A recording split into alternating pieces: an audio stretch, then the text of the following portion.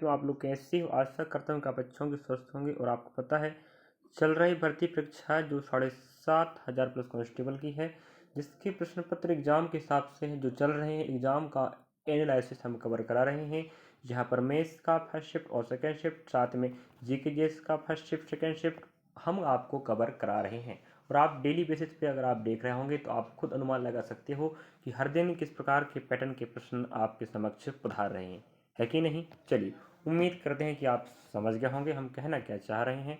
और अब हम लेके चलने वाले, आज की तारीख होगी आपकी 26/11/2025 का मैथ्स का सटीक सही और सटीक एनालिसिस। लगभग आपको 30 प्रश्न मिलेंगे और 30 प्रश्न अगर आप कवर कर लेते हैं तो आप समझ जाइएगा कि आप बहुत कुछ कवर कर रहे हो। जिनका पेपर था वो कमेंट बॉक्स में कमेंट करें, और जिनका नहीं था तो वो देखिएगा। बस विश्वास ही आपकी बड़ी समस्या है। अगर आप विश्वास के साथ देखोगे तो आपका बेनिफिट होगा। 30 अक्टूबर से लगातार मैं पर डे क्लास ले रहा हूँ दोनों शिफ्टों का। चलिए, पहला प्रश्न आपके समक्ष है। यदि 5 कर्मचारियों का औसत आय 8,000 है तो 5 कर्मचारियों की कुल आय ज्ञात करो। इतना इजी है कि क्या बताऊं। अब आप कहेंगे सर ऐसे प्रश्न नहीं आ रहा, ये तो गलत बात है। आपका पेपर रहेगा तो आप खुद देख लीजिएगा। और ऐसे प्रश्न, ये वाला टॉपिक या इस पैटर्न का प्रश्न पहले पूछ चुका है।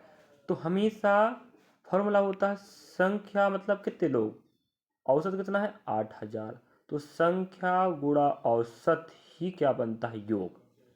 समझिए ना बात। तो हमारे पास 8 हो जाएगा जी 40, और हमारे पास 3 जीरो पहले से हैं, ये लगा दीजिएगा। तो उनका जो आय है 5 कर्मचारियों का टोटल होगा 40,000 रुपये।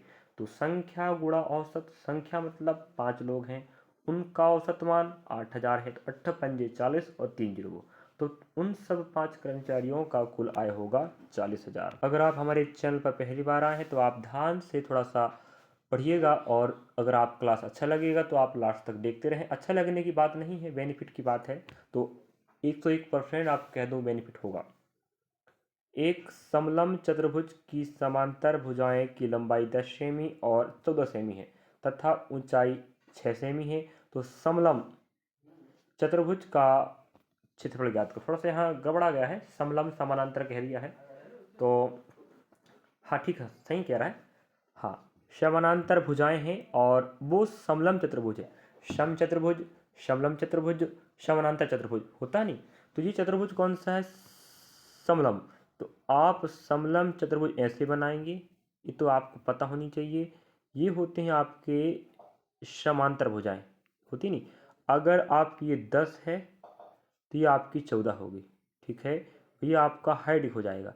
तो हाइट के बारे में कह रहा है कितना है, वो 6 सेमी है। मेरे भाई डायग्राम सहित आपको डाटा हम बता रहे हैं, और ऐसे सटीक सही ऑथेंटिक रियल प्रश्नों का कवर होगा ना, आप सोच नहीं सकते। चलिए, तो बस विश्वास जरूरी है, पढ़ते रहें। जिनका पेपर था वो कमेंट बॉक्स कमेंट करेंगे। तो समलंब चतुर्भुज की क्षेत्रफल बात कर रहा है, तो क्षेत्रफल होता है 1/2, ठीक है, गुणा में दोनों समानांतर भुजाओं का योग। तो ये समानांतर भुजा, ये समानांतर भुजा है, दोनों का योग कितना बनेगा भाई, 24 बनेगा। इनटू क्या होता है, हाइट 6 है। अब आपकी मर्जी, यहाँ से पढ़ा पढ़ो, आधा करो, 12×6 = 72, तो आंसर आएगा 72 सेंटीमीटर स्क्वायर। कोई इजी था, अरे इतना इजी था कि आप सोच नहीं सकते, कठिन की बातें नहीं है। अगला प्रश्न, चलिए अगला प्रश्न आप देख पा रहे होंगे। एक ट्रेन 270 किलोमीटर की दूरी को 90 किलोमीटर पर हावर्स की चाल से तय करती है, तो लगने वाला समय ज्ञात करो। तो टी बराबर होता है, रखिएगा, दूरी अपॉन चाल। समझे ना बात, ठीक है। मतलब टी बराबर क्या होगा, डी अपॉन एच। दूरी 270 है, समय फिर चाल आपके पास देख रखा 90, बस उड़ा दिए, 0 0, 9 तेरी 27। तो 3 घंटे में इस 270 की दूरी को आप तय कर सकते हैं अपनी 90 किलोमीटर पर हावर्स की चाल पर। समझे ना मेरे भाई। अगला प्रश्न आपके समक्ष है, और बार बार इंतला कर दूं आपको, सटीक प्रश्न चल रहे हैं और यही पैटर्न के प्रश्न एग्जाम पर डे छप रहे हैं। अगर आपका दिसंबर पेपर 1 महीने का पूरा मैथ्स का और जीके का एग्जाम का एनालिसिस कवर कर लो, बस ए और बी की आय का अनुपात 4:5 है। माफी चाह रहा हूँ, आयु, उनकी आयु का योग 36 वर्ष है। ए और बी की आयु ज्ञात करो। उसमें क्या जी बताओ, दोनों का योग बताओ 9:12 अनुपात में, ठीक है। रियली में कितना 36 है, तो 9 एकम 9, 9 चौके 36, तो एक इकाई का मान हमारे पास 4 आ चुका है, जिसका बोला 4 चौके 16 बन जाएगा, उसके साथ गुणा करो 4 पंजा 20, ये हुआ ना आपका। तो पहले व्यक्ति ए की आयु, बी की आयु, कुछ था ही नहीं ये तो प्रश्न। अगला प्रश्न आप देख पा रहे होंगे, और आपको बता दूं ये प्रश्न भी पिछली शिफ्ट में पूछ चुका है, क्योंकि हम लगातार क्लास ले रहे तो हमें पता है भाई। अगर आप विश्वास करोगे तो पढ़ो। एक वस्तु पर 8% की हानि होती है यदि उसे 450 रुपये से अधिक पर बेचा जाता है, तो 12% का लाभ होता है, तो वस्तु का क्रय मूल्य ज्ञात करो। बहुत शानदार प्रश्न। और आपको बता दूं यह एक कॉन्सेप्ट बैठता है, लाभ लाभ घटेगा, हानि हानि घटेगा, लाभ हानि जुड़ेगा। तो बोल दिया एक बार हानि एक बार लाभ, तो भैया 8% प्लस 12%, तो कितना बनेगा 20%। ये 20% होगा आपका इस 450 रुपये के बराबर होगा बस। और आपको पता है जब 20 बटा आप 100 लिखोगे तो 100 होता है क्रय मूल्य, ठीक है, बराबर। तो 100 के बराबर क्रय मूल्य, और इस पूरे दोनों सौदे को मिला के देखेंगे तो 450 का फायदा दोनों में अंतर आ रहा है, तो ये हो जाएगा आपका भाई इस प्रकार से, ठीक है। चलिए यहाँ आप एक्स रख लीजिएगा, 0 0 कर लो, यहाँ से यहाँ उड़ाओगे तो 50 बार मुड़ेगा, गुणा करोगे तो भैया 45 से गुणा 50 आप करेंगे तो आपके पास CP मिल जाएगा। कान खोल के सुन लो, क्योंकि पहले भी ऐसा प्रश्न पूछ चुका और हमने पढ़ाया है और बोला था समय लाभ लाभ घटेगा, हानि हानि घटेगा, लाभ हानि जोड़ेगा तो 8 हानि 12 लाभ जुड़ गया, वो आएगा आपका पैसा के बराबर। तो 20% बराबर 450, 20 बटा 100, 20 के बराबर 450, 100 के बराबर क्या, समझे ना बात बराबर। अगला प्रश्न आप देख पा रहे होंगे, और आपको इंतला कर दूं ये भी पैटर्न का प्रश्न पूछ चुका है। साइन 40 का मान क्या होगा नहीं पूछ रहा है, साइन 40 का मान किसके बराबर होगा, क्या इसका मान पूछेगा तो बात अलग है, लेकिन साइन 40 किसके बराबर होगा, संपूरक कोण और पूरक कोण। तो ये भी जो आंसर आएगा ये पूरक कोण पर आएगा। पूरक कोण, जब दो कोणों का योग 90 हो उन्हें बोलते हैं पूरक और समपूरक। हमने वैसे तो क्लास में पढ़ाया है ऑफलाइन क्लास में, पूरक जब दो कोणों का योग 90 हो तो पूरक, जब दो कोणों का योग 180 हो तो उसे बोलते हैं समपूरक। तो यहाँ पर हम लगाएंगे समपूरक नहीं पूरक का कॉन्सेप्ट, ठीक है। चलिए बहुत इजी ही, चिंता नहीं करना भाई, मैं बैठा हूँ ना। देखो साइन 40 अंश है ना, अगर मैं कहूँ साइन 40 को मैं लिख सकता हूँ 90 माइनस 50, तो कोई दिक्कत नहीं, नहीं होगा ना। हाँ, इस पोजीशन में इसका जो फॉर्मूला बनता है मान लीजिएगा ये बनेगा, साइन का हो जाता है कॉस, ठीक है, और यहाँ जो थीटा बैठेगा ना ये थीटा होगा, यही होगा। तो हमने कहा साइन तो आएगा ही आएगा, फिर कॉस आएगा, साइन का कॉस होता है, ठीक है, और ये थीटा बैठा 90, फिर 50, ये आपका आंसर बनेगा, खत्म आंसर। और अच्छे समझा के बताते हैं तो मेरे ख्याल से आप फिर भी समझ गए होंगे। देखो कहने का मतलब ये है सीधी बात, साइन का बन जाएगा कॉस, हमने बोला पूरक कोण, पूरक कोणों का योग हमेशा 180 रहेगा, तो साइन और कॉस इनका जो कोण मान है वो पूरक होंगे। तो यहाँ कितना दिया है 40 है, तो साइन का मान कॉस बन गया, तो 40 में कितना जोड़ दूं कि वो पूरक बन जाए, तो आप कहेंगे 50, बस हो गया। तो साइन 40 का जो मान होगा वो कॉस 50 के मान के बराबर होगा, इतना दिमाग लगा पाओगे। और वहीं संपूरक की बात आए तो 180 बननी चाहिए होगा, समझे ना बात। और मेरे प्यारे भाई बहनों पहले पूछ चुका है, यकीन नहीं है करो पढ़ो। चलिए लास्ट तक बने रहिएगा। दो संख्याओं के वर्गों का अंतर उन संख्याओं के अंतर का 84 गुना है, उन संख्याओं का योग ज्ञात करो। बहुत अच्छा प्रश्न है। हमें जो बात कह रहा है वो कह रहा है, हमने कहा संख्या, दो संख्या उनका वर्गों का अंतर, हमने कहा ठीक है भाई ठीक है। दो संख्या ए बी है, उनका वर्ग हमने किया, उसका अंतर दोनों संख्याओं के अंतर का अंतर हो गया का 84 गुना है। ये हो गया आंसर। बात हुआ ना बात बराबर। अगर आपको बात समझ में आई तो आप समझ गए, ठीक है ना बात बराबर।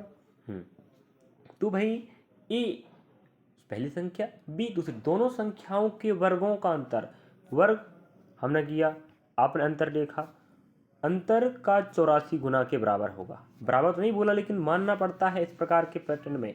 अब आप कहीं ये दिख रहा ना, ये जो है ये बनता है फॉर्मूला अपने आप है जी, ए प्लस बी होता है ए माइनस बी होता है या नहीं बताओ, बराबर ए माइनस बी होता है। ये तो फॉर्मूला सॉरी यहाँ मान ही रखा है। अब देखो माइनस माइनस कैंसर, योग बताओ उन संख्याओं का योग। तो यहाँ a प्लस बी बचा है, यह 84 बचा, इसका मतलब a प्लस बी का मान हमारा 84 ही होगा। खत्म आंसर, क्योंकि माइनस वाला कैंसिल हो गया। समझी ना बात, क्योंकि यह गुणा में रखा ना यार, पहली बात कट गया, तो a प्लस बी ही बचा है, वही तो संख्याओं का योग है, और यहाँ 84 बचा है। बताओ कितना शानदार था। अगला प्रश्न आपके समक्ष है, और एक वस्तु 15,000 रुपये में खरीदी व 2,500 रुपये मरम्मत पर खर्च किए, मतलब सुधार पर, तथा 19,250 रुपये में बेच दी, तो लाभ परसेंट क्या होगा। कुछ बच्चों को ये तो बनेगा ही नहीं, क्योंकि बेसिक क्लियर नहीं है। इसमें क्या रखा है यार, ये बताओ। आपने 15,000 में खरीदा, लेकिन कुछ गड़बड़ी रहा होगा, ये आप सेकेंड हैंड लाए मान लीजिएगा। 15,000 रुपये में खरीदा, व 2,500 रुपये खर्च कर दिए ठीक करवाने में, तो देखें कि आपको कितना खर्च पड़ा उस वस्तु पर। 0,0571 मतलब 17,000, ऐसे जोड़ सकता था लेकिन आपको वही दिखाएं तो कम से कम, तो 17,500 रुपये आपको लग गए। लेकिन आपने बेचा कितने पर, 19,250। यहाँ पर भी आप बड़े दिमाग से हल कर सकते हैं, लेकिन दिखा देते हैं 17,500, ठीक है। चलिए, तो भाई 19,250 पे आपने बेचा है, लेकिन वो 17,500 रुपये खर्च हुआ आपको लेने पर। 15,000 पे खरीदा, 2-2,500 का खर्चा लग गया ठीक करवाने में, तो पूरा 17,500। लेकिन आप बेचा ज़्यादा पर, 0 का 0 हो जाएगा, 5 का 5 आएगा भाई, यहाँ 12 हो जाएगा, यहाँ 12 होगा ना, 12, हाँ 12 में 5 गए 7, और यहाँ एक उधार ले गए थे आप 8, 8 में 7 गए 1, यहाँ 1 0, मतलब 1,750 रुपये का आपको लाभ हो रहा है। 19,250 पर बेचा, उसका कीमत बना था 17,500, तो 1,750 रुपये का बेनिफिट हो रहा है। थोड़ा सा आप समय लेके समझने का प्रयास करना, ठीक है। 1750, चलिए, तो 1,750 रुपये का बेनिफिट हो रहा है किस पर, 17,500 पर। समझे ना बात, बस 2 0 2 0, अब 175 एक बार जाएगा, 0 का 0, मतलब इस पूरे सौदे में आपको 10% का प्रॉफिट होगा। बताओ कितना शानदार था, लेकिन थोड़ा डाटा आपको समझना पड़ेगा। अगला प्रश्न आप देख पा रहे होंगे, एक त्रिभुज का केंद्रक माध्यिका को किस अनुपात में बांटता है। बहुत शानदार बात। और इससे पहले भी यही पैटर्न का प्रश्न इसी टॉपिक पे प्रश्न पूछ चुका, लेकिन वहाँ कुछ और पूछा था। हमने कहा अगर त्रिभुज नहीं बोला तो आपको सिंपल त्रिभुज लेना पड़ेगा, तो ये होता माध्यिका, है ना। माध्यिका देखो केंद्र कहाँ रहेगा, ठीक है, तो ऊपर वाला हमेशा 2 पर बनेगा, नीचे वाला 1 पर बनेगा, मतलब अनुपात में। देखो त्रिभुज है, ये केंद्रक है, केंद्रक माध्यिका को किस अनुपात में है, 2:1 समझा देता हूँ, अच्छी से ध्यान रखिएगा। पूछा मेरे भाई पहले भी यार, क्या बताऊँ आपको मैं। ये माध्यिका है, ये यहाँ केंद्रक रहेगा, तो केंद्रक जहाँ रहता है ना, इधर वाला ये इससे बड़ा होता है, ये वाला छोटा। अगर ये 5 सेमी होगा तो ये 10 सेमी बनेगा, अगर 10 होगा तो ये 5 होगा, क्योंकि 2:1 रहेगा, बड़ा वाला 2 और छोटा वाला 1 अनुपाती मान। ये ही तो पूछ रहा है, किस अनुपात में बांटेगा केंद्रक माध्यिका को, 2:1। चलिए अगले प्रश्न आपके समक्ष हम बता चुके हैं। लगभग हमारे पास 30 प्लस प्रश्न है, और आप 30 प्लस प्रश्न अगर पर डे देख रहे हो, कम 25 30 पर डे प्रश्न चल रहे हैं। कई बार 20 प्रश्न हो जाता है, लेकिन आपको बहुत शानदार प्रयास कर रहे हैं। एक वस्तु का अंकित मूल्य लागत मूल्य से 25% अधिक है, मतलब जो सीपी होगा, हम ए ले लेते हैं अंकित मूल्य, ठीक है। अगर 100 रुपया लागत है तो आपने 125 रुपये लिखा होगा, क्योंकि 25% अधिक अंकित करता तो 125 लिखोगे, तथा उस पर आपने छूट दिया, 25 अधिक अंकित कर रहे हो तो ये 25% प्लस हो जाएगा। आपने डिस्काउंट दिया कितने का, 20 का, तो 20 का छूट दे रहे हो आप ना, तो बेचोगे मतलब एसपी। तो देख लें कि डिस्काउंट दिया आपने 20 का, तो कितना डिस्काउंट मिला। 125 रुपये लिखा है, उस पर आप 20% डिस्काउंट दे रहे हो, तो देखते हैं भाई कितना आपने डिस्काउंट दिया है, 0, ठीक है। अब देखो 5 दूना 10, 5 दूना 10, 5 चौके 20, चलिए माफी चाह रहा हूँ, 25 आएगा ना, 25, ठीक है। और 2 से 2 कैंसर, तो आपने 25 रुपये का डिस्काउंट दिया आपने, समझा ना भाई बात। हाँ, तो आपने 25 रुपये का डिस्काउंट दिया है, तो ये बताओ आप उसको बेचोगे 100 रुपया में, समझे ना बात। अब आप खुद देखो, 100 रुपया लागत है, लिखा 125, छूट दे दिया, तो वो 100 में ही बेच पाए, तो आपको न क्या खाक लाभ होगा। 100 की वस्तु 100 पर ही बेच रहे हो, ना तो लाभ ना तो हानि। ये आपका आंसर होगा, नो प्रॉफिट नो लॉस। अगला अगला प्रश्न आप देख पा रहे हैं, एक व्यक्ति कार से 240 किलोमीटर 80 किलोमीटर प्रति घंटा की चाल से जाता है, और बाइक से 60 किलोमीटर प्रति घंटा की चाल से वापस आता है। कार से गया, बाइक से आया, इससे कोई फर्क नहीं पड़ता, हमें दूरी तो सेम है, 240 की दूरी है, यहाँ से वो यहाँ गया कार से, यहाँ से यहाँ वो आया बाइक से, तो जाने में जो चाल लगा है वो आपकी 80 है, आने में लगा चाल 60 है। तो औसत चाल निकालने का फॉर्मूला होता है, याद रखें, 2xy upon x plus Y. कि ना बताओ, ना होता ना भाई, 2 का 2 बैठ जाएगा, ठीक है। x मतलब पहली चाल, तो आप यहाँ बैठा रहो, y मतलब दूसरी चाल। और कान खोल के सुन लो गांठ बांध के, ये प्रश्न पहले पूछ चुका है। हाँ पूछा भाई, डाटा चेंज करके, तो 80 और 40 कितना बनेंगे, 140, ठीक है। अब आप थोड़ा दिमाग लगाओ, यहाँ से उड़ा दें अपन लोग, कोई ठीक तो कर रहे हैं अपन ना, हाँ चलिए उड़ा दिए।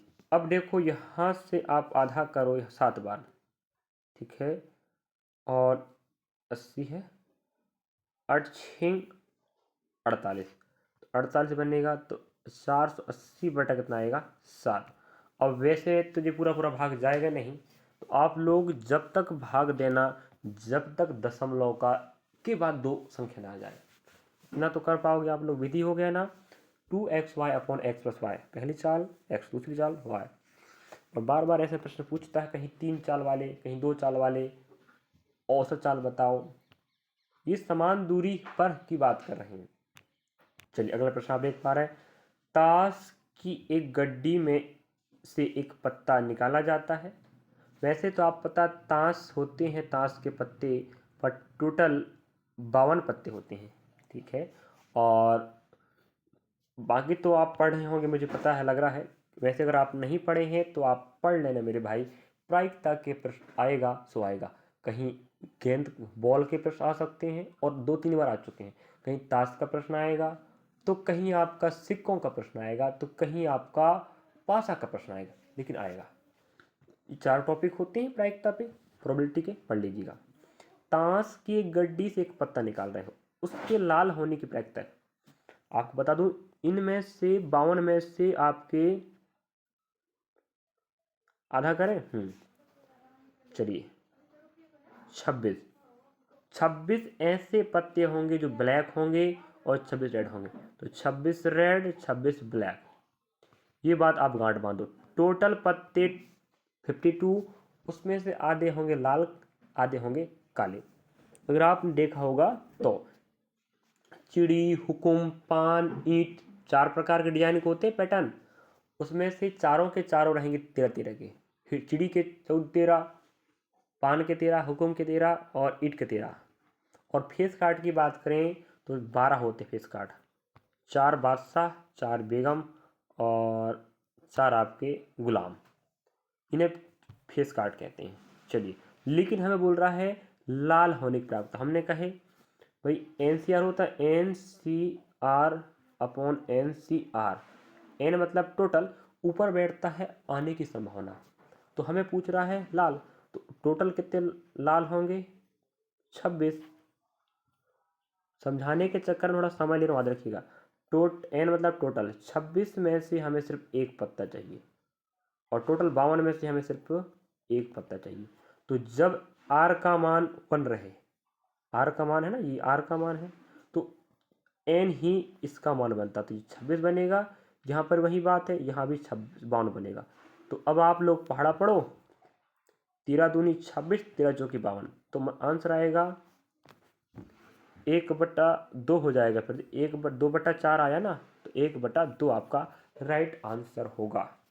चलिए, उम्मीद करता हूँ कि आप समझ गए होंगे, ये आपका तरीका होनी चाहिए। चलिए, अगला प्रश्न आपके समक्ष है। यदि साधारण ब्याज पर 3 वर्ष में कोई राशि 8,400 रुपये और वही राशि 5 वर्षों में 9,600 हो जाती है, तो मूलधन और ब्याज की दर ज्ञात करें। बहुत शानदार प्रश्न, और यही पैटर्न का प्रश्न आपको पहले पूछ चुका है। एसएससी, बैंक, रेलवे की भर्ती परीक्षाओं में भी ये क्लास लाभकारी होगी, और मध्य प्रदेश के सभी वैकेंसी में। ये मत सोचना कि कांस्टेबल का, छोटा वैकेंसी का, कोई भी काम का नहीं, ये आपका भ्रम है। कई को तो ये भी नहीं बनता प्रश्न और कहते हैं कि हम कांस्टेबल के क्यों पढ़े। चलिए, तो बात कर रहे हैं वही राशि 5 वर्षों में 9,600 हो जाती है। तो देखो, लिखने का तरीका होता है 3 वर्षों में कितनी हो गई मेरे भाई, कोई राशि थी 8,400 हो गई, मतलब होता है ए, क्या होता है अमाउंट, ठीक है ए, और वही राशि 5 वर्षों में 9,600 हो जाती है।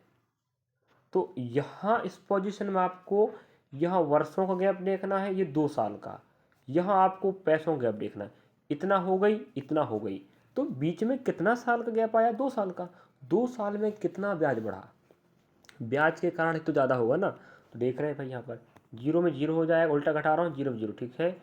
अब यहाँ 6 में 4 जाएगा, 2 बचेगा, और 9 में 1 जाएगा, फिर 8 जाए 1 बचेगा। तो 2 साल में 1,200 रुपये बढ़ी है, तब तो 96 हो गई, 9600। तो 2 एकम 2, 2 छिंग 12, तो 1 साल का जो ब्याज आएगा मेरे भाई, वो आपका जाएगा 600 रुपये। समझे बात, 1 साल का ब्याज 600 रुपये है। चलो देखते हैं, अगर हम बात करें 5 साल, तो 5 साल में कितना ब्याज बनेगा, हमने बोला 1 साल का ब्याज 600, तो गुणा करें 5 में, तो 5 6 का 30, तो कितना ब्याज बनेगा 3,000। तो 5 साल का ब्याज 3,000 है, और 5 साल का अमाउंट कितना है 9,600। समझे बात, 0 0 6, ये 6, तो ये 6 आया है 6600, ये आपका पी होगा, प्रिंसिपल होगा। क्योंकि ब्याज को जब घटाओगे मिश्र धन के साथ, जो है कितना 9,600, 5 साल का, 5 साल का ब्याज 3,000, 5 साल का मिश्र धन 9,600, घटा दीजिएगा तो 6600 आपका क्या बनेगा, मूलधन बनेगा। आप यहाँ से निकालो, यहाँ से निकालो, आंसर वहीं आएगा। चलिए, बहुत शानदार तरीके से समझा रहे हैं। तो आपका 6600 आ चुका है, ठीक है।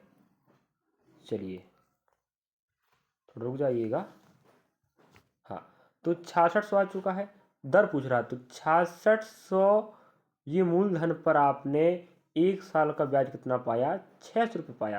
परसेंट के लिए दर पता कर रहे हैं ना यार। चलो, 0 0, यहाँ से आप देख पाएंगे 6 एकम 6 और 6 ग्यारह 66, इंटू में क्या है, बगल में ये 100 बैठा है मान लीजिएगा, तो यहाँ पर आप देखेंगे 1/1 का मान बनता है 9.09%।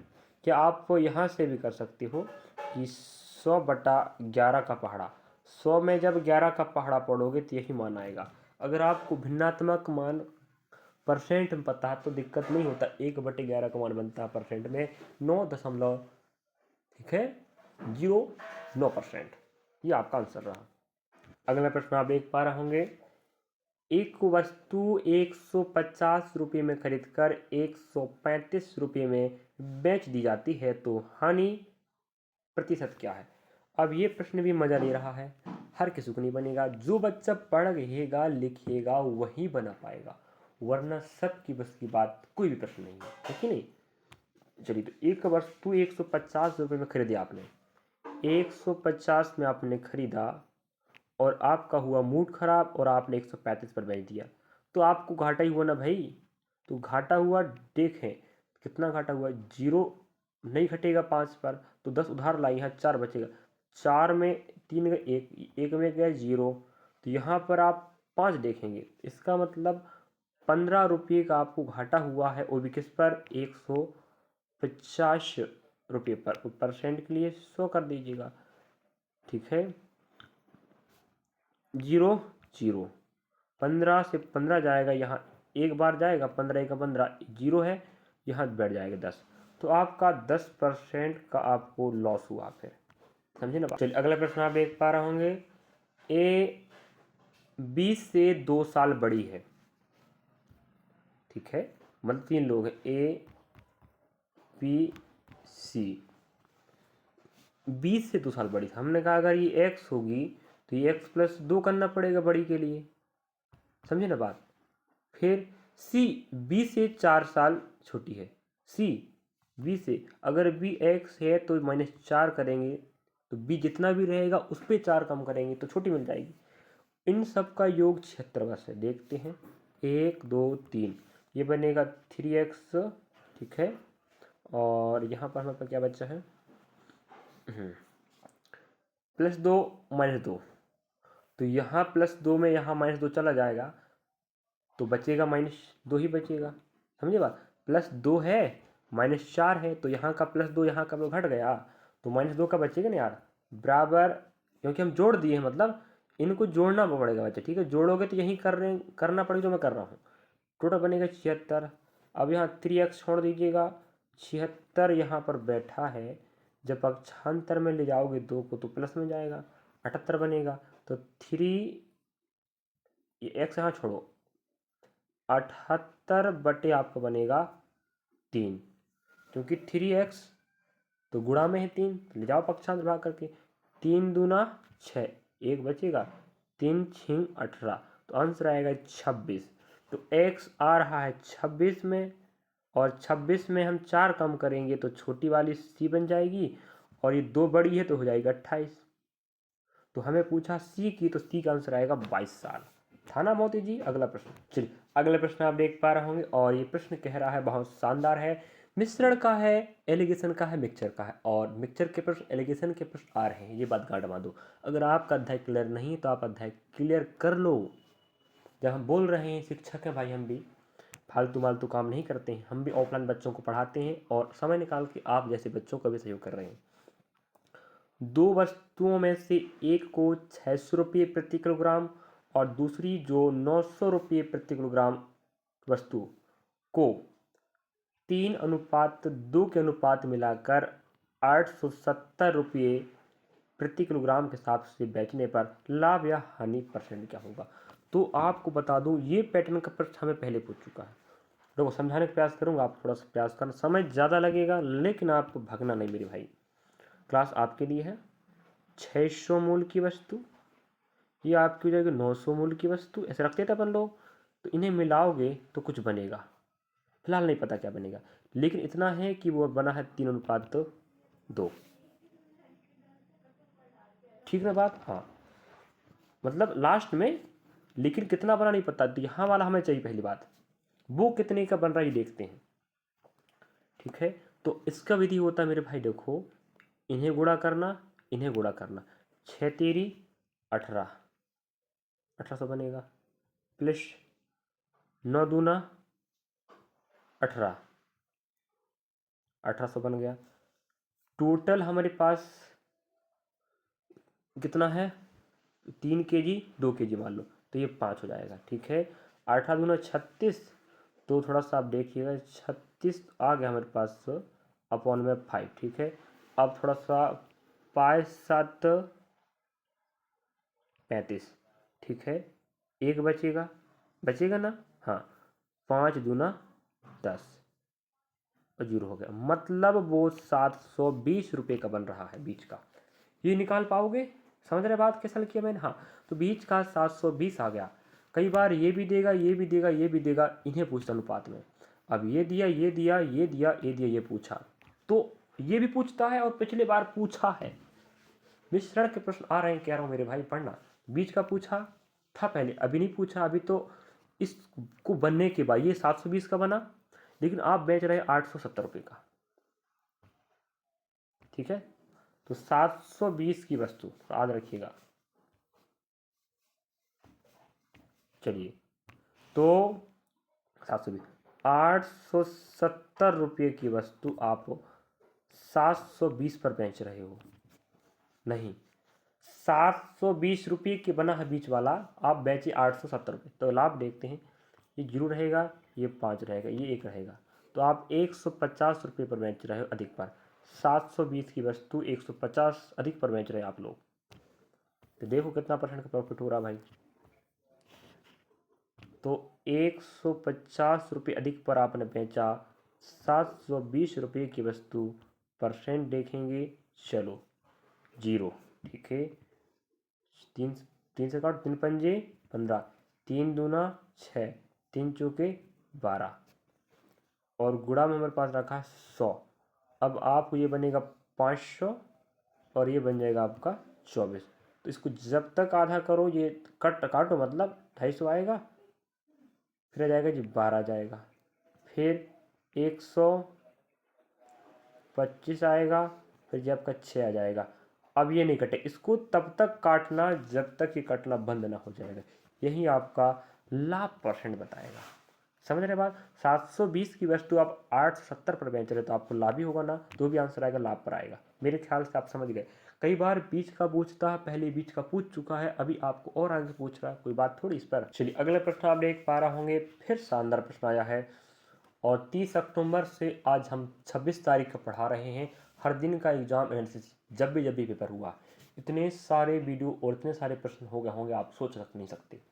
बस डाटाओं का थोड़ा सा बदलाव कर देता और कुछ प्रश्न ही बदल जाते हैं। 3 संख्याओं का योग 427 है तथा a का 3 गुना व b का 4 गुना तथा c का 7 गुना बराबर है। तो कुछ नहीं करने का, देखो क्या बोला, a का 3 गुना, तो देखो एक मिनट हुआ भाई,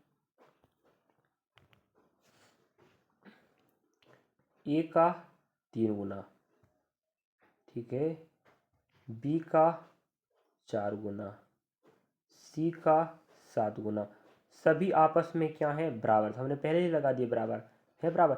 इस पोजीशन में आपको a के लिए 1/3, b के लिए 1/4 और c के लिए 1/7 करना पड़ेगा, और आप इस प्रकार कर पाओगे। चलिए, इतना तो आप कर भी आगे बढ़ रहे हैं। इस पोजीशन में आपको हमेशा, जब भी बराबर बराबर की बात करें, तो आपको हमेशा उन आंकड़ों का उल्टा कर देना है। तो ये अनुपात अब बनाना पड़ेगा ABC का। इनका एलसीएम देखते हैं, तो 3 4 7 का, तो याद रखिएगा 3 4 7 का एलसीएम, मतलब ऐसी संख्या खोजना जो तीनों से कट जाए, सीधी बात। तो हमने कहा ये तो 84 होगा, तो यहाँ रखो 84 गुणा पर, ठीक है, यहाँ भी 84 बैठे गुणा पर बैठेगा, यहाँ भी गुणा पर बैठेगा, गुणा पर बैठा रखिएगा, ठीक है। यहाँ काटोगे तो 3 दूना 6, 2 बचेगा, 3 अट्ठे 24, तो ये एक कमा निकले, ABC, ठीक है। यहाँ पर 4 1 दूना 8, 4 एकम 4, फिर 4 7 एकम 7, 7 दूने 14, तो हमारे पास अनुपात मान आएगा 28 अनुपात 21 अनुपात 12। अब और कटेगा नहीं, तो ए का मान, बी का मान, सी का मान। अब योग दिया भाई, हम योग कर लेते हैं इनको पहले। देखो 12 ना, हाँ 20, 40, 50 और 10, 60 और 61। तो टोटल 61 बन रहा है रियली पर। देखते हैं कितना बन रहा है, 427। समझे बात? टोटल अनुपात में 61 है और रियली में वो योग है तीन संख्याओं का 427। तो आप देखेंगे 7 गुना हुआ, 7 एकम 7, 7 42, 61 एकम 61, 61 सत्ते 100, सॉरी 427। तो एक इकाई बराबर 7 आया है। हमें जिसका पूछेगा उसके साथ गुणा करना। तो ए का पूछेगा तो 7 गुणा 28, बी का पूछेगा तो 7 गुणा 21, सी का पूछा तो 7 गुणा 12। तो पूछा बी का है तो आप 7 एकम 7, 7 दूना 14, ये आप 147 आपका वो संख्या मिलेगा। वो कौन? बी। ये आपका राइट होगा। बहुत इजी है मेरे भाई, बस हल्का सा हमें स्पेस थोड़ा दिक्कत करता है तो हम क्या बताएं। अगर फेस टू फेस पढ़ा पाए तो मज़ा कुछ हो रहा है, वक्त आएगा, बस आपका सहयोग सपोर्ट बना रहे। चलिए अगले प्रश्न आप देख पा रहे होंगे।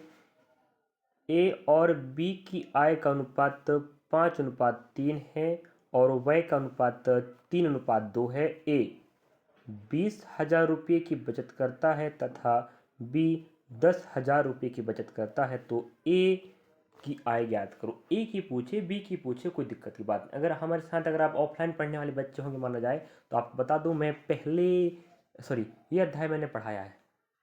ठीक है, अनुपात अनुपात अध्याय जब भी पढ़ाया जाता है तो ये टॉपिक लिया जाता है आय व्यय वाला, तो हमने लिया था और पढ़ाया है। अगर आपने पढ़ा होगा तो आप कह सकते हैं रियलिटी बात है, बहुत ईजी है। ठीक है, देखो बता रहे हैं, समझने का प्रयास करना बस। आय, ठीक है, और हो जाएगा ये व्यय। थोड़ा सा हैंड राइटिंग बिगड़ रहा है। आय अनुपात 5:3 है, व्यय अनुपात 3:2 है। यहाँ गुणा करना तो 10 बनेगा जी। ठीक है, यहाँ गुणा करना 9 बनेगा। अंतर कितने का आएगा? 1 का आएगा। इसको याद रखो। ठीक है, ऐसे कर पाओगे। फिर यहाँ पर देखना, यहाँ व्यय रखना, तो व्यय का अनुपात 3:2 कितना है? 2 है।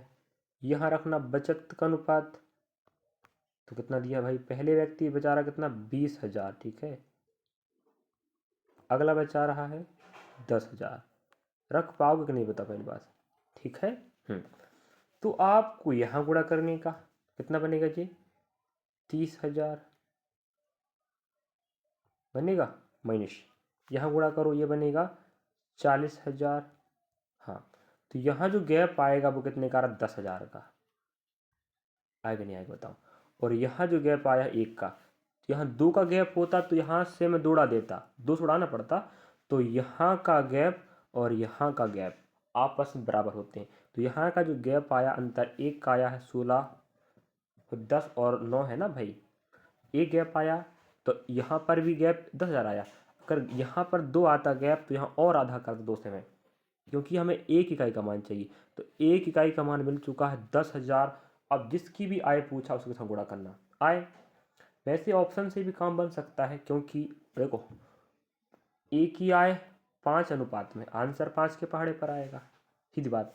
तो वैसे ऑप्शन नहीं है तो आप ऐसे भी कर सकते हो। तो हमने कहा ठीक है, देखो 1 इकाई का मान मिल गया, तो आप जिस आय पूछेगा तो आय के साथ गुणा करो, जिसका मान पूछा उसके साथ करो।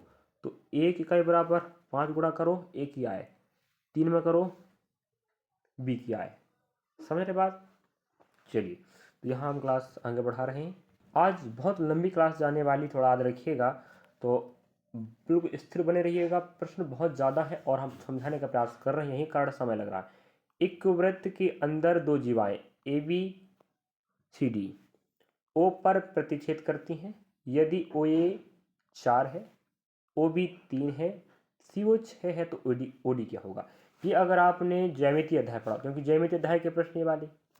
ठीक है, तो थोड़ा व्रत निकालते हैं भाई। कहाँ हमारे पास व्रत? ये व्रत है, ये निकालते हैं। ठीक है, ये व्रत आया, आया व्रत।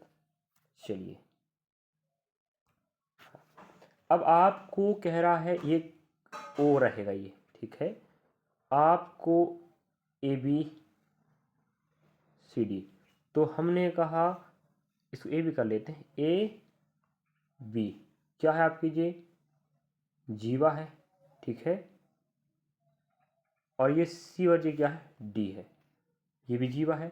O पर प्रतिच्छेद करती हैं तो यहाँ जो कोण बनेगा, यहाँ कोण बनेगा, समान होंगे, यहाँ बनेगा समान होगा। ये भी प्रश्न पहले पूछ चुका है, नहीं पूछा बताओ।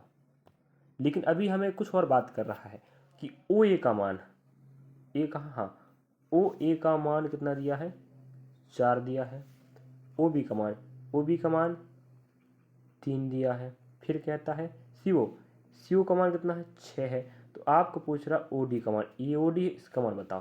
तो जब भी इस प्रकार का प्रश्न आएगा तो आपको हल करने के लिए बता दें आपको क्या, OA गुणा OB बराबर OC गुणा OD, ये फॉर्मूला बनेगा।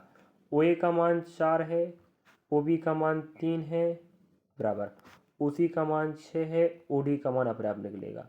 तो यह तब तक काटना जब तक कटना बंद हो जाए। 3 दूना 6, 2 दूना 4, 2 बराबर आपका आएगा OD। तो OD की जो लंबाई है आपके आंसर होगी 2 सेमी। ये आपका ज्यामिति अध्याय पर आपका ये कॉन्सेप्ट मिलेगा। चलिए आगे बढ़ रहे हैं। तो आप ज्यामिति अध्याय नहीं, देखो एडवांस मैथ्स में 4 ही अध्याय अधिकांश, क्षेत्रमिति, ज्यामिति, बीजगणितीय, त्रिकोणमिति, 4 अध्याय पर अगर आपकी मजबूती है तो आप ध्यान रखो 4 से 5 प्रश्न आराम से पकाओगे और नंबर बनाओगे। चलिए अगला प्रश्न आप देख पा रहे होंगे, और यहाँ कह रहा है एक व्यक्ति एक वस्तु की 30% लाभ पर बेचता है, यदि वह इसे 15% लाभ पर बेचता तो 2000 रुपये कम बचाता। तो वस्तु का क्रय मूल्य, अभी आपने इस प्रकार का प्रश्न कवर किया था, अभी मैंने कराया था, अभी लाभ होगा तो घटाना, हानि तो घटाना, लाभ हानि होगा जोड़ना। चलिए वही कॉन्सेप्ट काम करेगा। तो लाभ हमेशा घटेगा, हानि घटेगा, और लाभ हानि जुड़ेगा। तो भैया लाभ पे 15% ही बचेगा, तो 15% के बराबर होगा आपका 2000 रुपया कि ना होगा। अब आपको 15/100 करना पड़ेगा, और आप 15 के बराबर आपको पता है कितना पैसा दिया है 2000 रुपया। अब आपको 100 के बराबर चाहिए तो 100 ही तो क्रय मूल्य बताएगा। आप इस प्रश्न को हल कर लीजिएगा, आंसर पा लेंगे। तो देखो 2 प्रश्न मिले आपको, और हम बता चुके हैं पहले भी ऐसे प्रश्न पूछ। अगला प्रश्न, ए को 25% ए 25% अंक लाता है और वह 45 अंक से असफल हो जाता है। बी को 45% अंक आते हैं और वह 35 अंक अधिक पाता है। जो व्यक्ति फेल हो गया है उसे पास करो, जितने नंबर से फेल हुआ उतने दे दो, और जो व्यक्ति पास से ज़्यादा लाया है उसको कम करो। ये होता है आपका आंसर। हल करने तरीका, तो परीक्षा में उत्तीर्ण अंक ज्ञात करें। चलिए, तो हमने कहा ये एक ही कहानी है और ये बी की कहानी, दोनों का पेपर तो सेम रहा होगा, मतलब दोनों का जो एग्जाम है, ठीक है, उसका टोटल नंबर सेम है बस। तो दोनों की बात तुलना कर देते हैं। तो हमने कहा ए ने लाया 25% नंबर, ठीक है, और फेल हो गया, तो कितने अंकों से 45 अंक। हमने बोला ना फेल हो तो पास करो, जोड़ दिए। अगली पॉइंट, बी ने लाया 45%, ठीक है, और वो अधिक अंक लाया है कितना 35, तो क्यों ज़्यादा लाया, कम करो। तो परसेंट एक तरफ लाएंगे, यहाँ लाओ, देखो 25% माइनस 45% बराबर, ये माइनस रहेगा, -35, ये 45 से माइनस में जाएगा, नहीं जाएगा, तो -45 बनेगा। अब यहाँ प्लस है तो प्लस माइनस का तो माइनस बनेगा, और घटेगा तो भैया 5 में 5 जाएगा 0, और 4 में 2 गया 2, तो -20% आया। नेक्स्ट, माइनस प्लस होता है, लेकिन बड़ी संख्या माइनस पर है तो माइनस लगा लीजिएगा, तो माइनस कैंसिल हो जाएगा। तो यहाँ जोड़ना पड़ेगा, 5 5 10, 4 3 7 और 1 8, तो 20% बराबर 80 आएगा। ध्यान रखो 80 आया, बस ध्यान से समझो भाई। अगर आपने अध्याय पढ़ा होगा ना तो आपको अध्याय में ये प्रकार के प्रश्न मिले होंगे, अगर आपने प्रतिशत अध्याय पढ़ा होगा तो। 20% बराबर 80। तो हमने बोला जो फेल हो रहा है तो उस पास करो, जो पास है उसे फेल कर दो, सीधी बात। तो 20% बराबर 80 आया।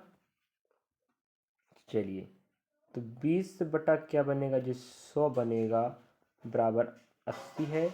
तो आप यहाँ देखेंगे कितना गुना, 4 गुना, तो यहाँ भी करेंगे 4 गुना, तो कितना बनेगा 400। तो जो पूर्णांक था या उत्तीर्ण अंक ज्ञात करो, फिलहाल तो कह रहा है। तो पूर्णांक आपने देखा कितना है, 400 है,